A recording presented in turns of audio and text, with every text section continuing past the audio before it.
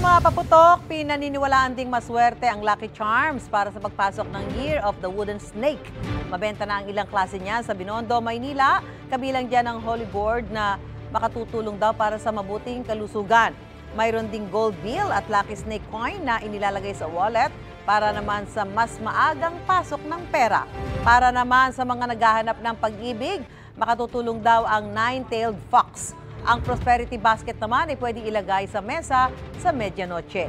Mabibili din sa Binondo ang red bimpo na dapat daw gamitin na pamunas pagkatapos maligo sa unang araw ng taon. Gusto mo bang mauna sa mga balita? Mag-subscribe na sa GMA Integrated News sa YouTube at tumutok sa unang balita.